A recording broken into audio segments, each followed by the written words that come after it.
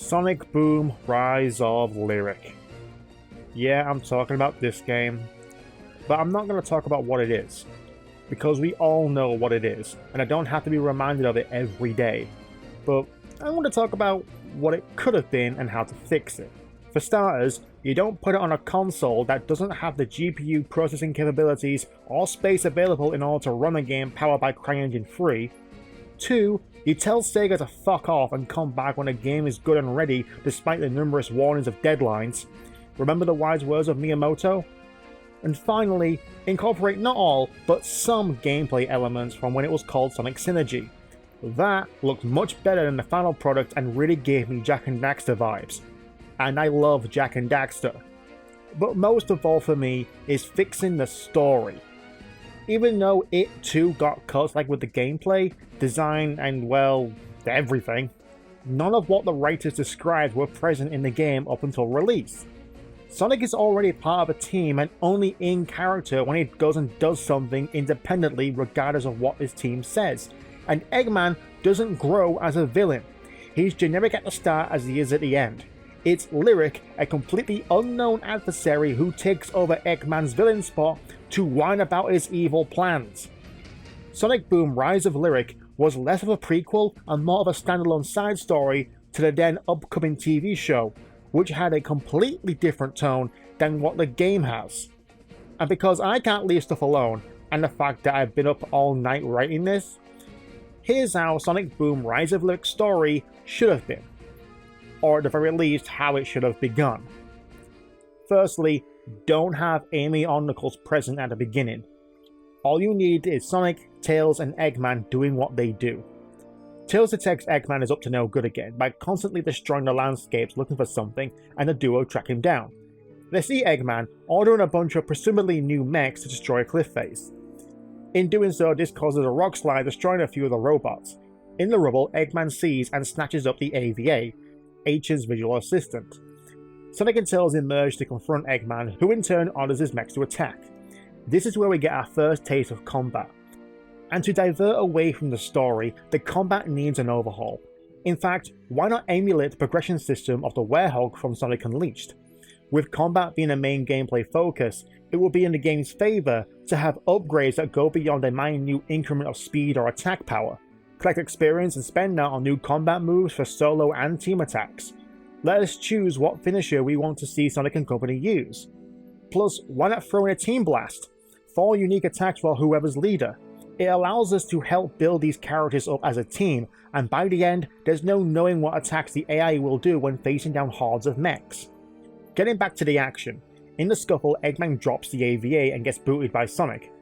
Tails inspects the AVA and suggests going to a nearby village to see if anyone knows what it is. Sonic, not wanting to seek help, suggests us leaving it and going off to see where Egghead landed. Tails stands firm and points out that it looks like ancient tech, and if Eggman is looking for it, then we need to find someone who knows more about it. They travel to Bygone Island on a speed track and make it to No Name Village. Here they ask around and eventually find Amy. She is in charge of handling the smaller ancient artifacts with Percy. She sees Sonic walking towards them and gets flustered as she has a crush on him. Percy teases her because of this and purposely leaves Amy to talk to Sonic as he and Tails are standing right behind her. Sonic asks Amy if she can help out with figuring out what the AVA is. Shaking off her fangirl giddiness, she calmly states that she's glad to help, but this is a bit more sophisticated than she is aware of. She suggests talking to Cliff at the excavation site, who catalogs all tech that's found and comes through and insists on joining Sonic and Tails.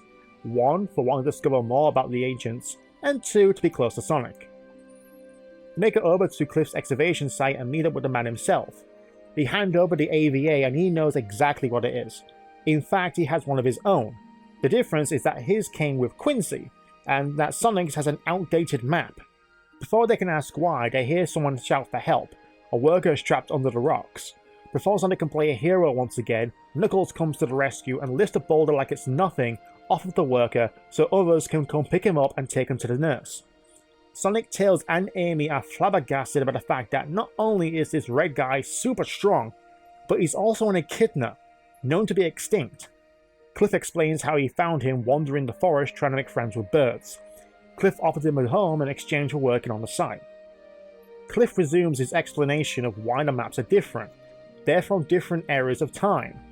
Amy looks at the two and exclaims that Sonic's map is from when the island looked like 5,000 years ago and geeks out, rambling on about how they can now see where the major ancient citadels are, as well as possible locations for ancient tech. Tails mentions how they came to find it and that Eggman was very keen on finding stuff like this, as well as forming a new mech army. Cliff suspects Eggman may be looking for more powerful ancient tech, like the mechs, and that they all should go and stop Eggman from unleashing something that even the ancients want buried. Sonic, Amy, and Tails agree. Knuckles, being none the wiser, asks if he's on break so he can go adventuring with Small Blue, Pink Girl, and Tailboy. Sonic grabs the map and speeds off in a search for Eggman, leaving Tails, Amy, and Knuckles behind. Tails mentions how Sonic isn't that much of a team player and how he himself rarely joins on his escapades. Knuckles and Amy look at each other skeptical, but Tails says that Sonic may be in over his head on this one, and they could really use their help. Not one to pass up adventure, especially on ancient discoveries and punching things, the rest of the gang rush to catch up with Sonic. From this point on, the rest of the game would continue as planned, but with some notable changes. 1. Traveling to the past would be not a one and done thing. After Sonic and Tails' adventure there, Amy would get trapped there later and actually be the one to seal away the map for Eggman to find in the future, as well as Quincy sacrificing himself as a decoy with the other AVA. 2. Shadow would have more of an involvement rather than just appearing with no rhyme or reason other than to fight Sonic. Maybe Shadow is aware of what Sonic brought upon the planet. Maybe Shadow hates Sonic for abandoning his solo hero act. Maybe let us play as him in his own side story tracking down Lyric. You know, something. 3. Lyric would have more involvement beyond 2 interactions with the group before the final battle. He's meant to be the big baddie of Sonic Boom. He has risen. Have him destroy parts of the island as a message to those who follow the ancient ways. Maybe a short one-on-one battle with Sonic to show how really outmatched Sonic is without a team. Make us feel like he is a legitimate threat to the heroes. 4. Actually introduce Styx the Badger. It's all very well introducing her as Amy's new friend and part of the team, but why and how is she even here? Have her take one of the crystals and the gang have to track her down to her hut. After some convincing and talks about government aliens, she agrees to hand it back only to Amy because she smells nice and that she would like an equal replacement. Shiny things. She shows them how to find a shiny, and there you have it. A collectathon side quest. 5. Have more than 2 explorable areas. It annoys me how much effort goes into a vital area and we're done with it within minutes, never to be seen again.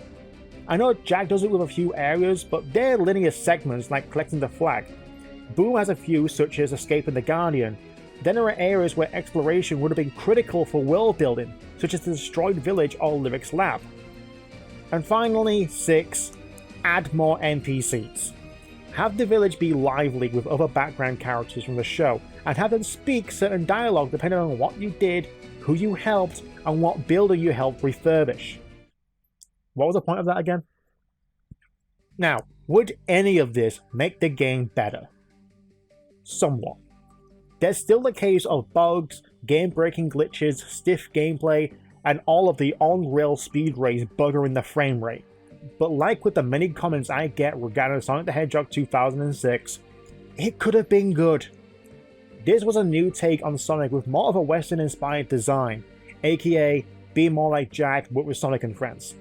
But so much of it went wrong for it to be undoubtedly the worst-selling Sonic game of all time. And I don't blame the developers for this. Sega asked for a non-Sonic game for a new generation, and when showcased with this new world, they asked for a more traditional Sonic themes and elements. If Big Red Button was allowed to do the Sonic game they wanted, we wouldn't have this mess, and fans of the TV show wouldn't be begging for a season 3. I can only hope that fans of Boom do the same thing to Rise of Lyric as others have and are doing with Sonic the Hedgehog 2006. Also, did you want to know how the now commonly used homing attack was introduced? Check that out by clicking here. Thank you all so much for watching. Did you enjoy this video? Let me know in the comments below.